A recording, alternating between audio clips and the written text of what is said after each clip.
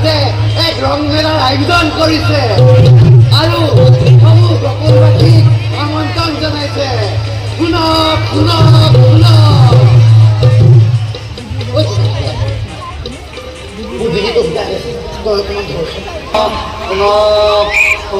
বকুলবাসীৰ বাবে আনন্দৰ দিন।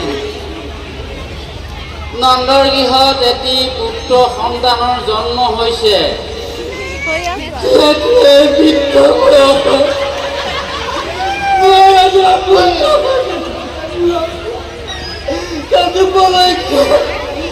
বকুলবাসীক আনন্দ উৎসৱত অংশগ্ৰহণ কৰিবলৈ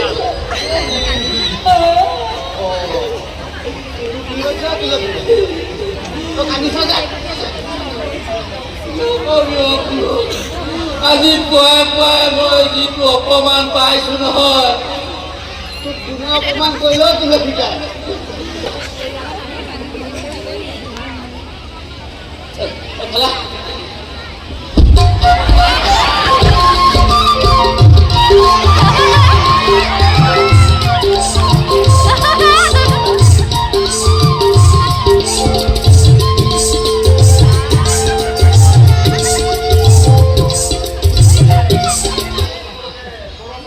পিতাই অপমান কৰিলে। তোমাৰো নহয় পিতায়ো নহয়। কোনে কেলে আমাৰ ঘৰ সেই গোসাঁনীজনী আকৌ নন্দ ৰজাৰ ঘৰত পুত্ৰ সন্তানৰ জন্ম হোৱাৰ কথা শুনি তাই মোক আজি কুকুৰে তাই দুখ অৱস্থা কৰিছে।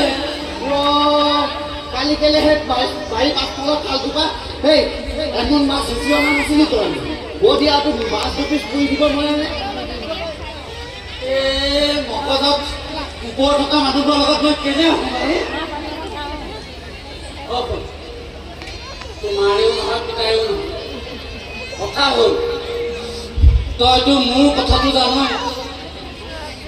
আজি মোৰ বিয়া পতা 12টি বছৰ হ'ল। কত দান দক্ষিণা কৰিলো, কত কবিৰা জানি লগালো। মই কাজ কৰা কুকুৰা ছাগলীয়ে 3খন গাঁৱৰ ভঁৰাল চহকী কৰিলে, কিন্তু মোৰ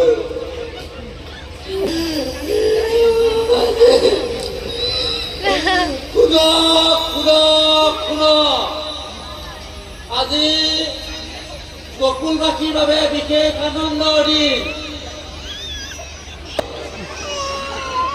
আকৌ ক'ব নোৱাৰা হয়।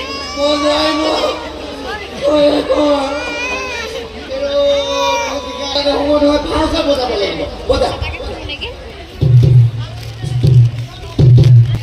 জোৰে বজা, কি বজা তেতিয়াহে ভাল ফল পাবি। শুন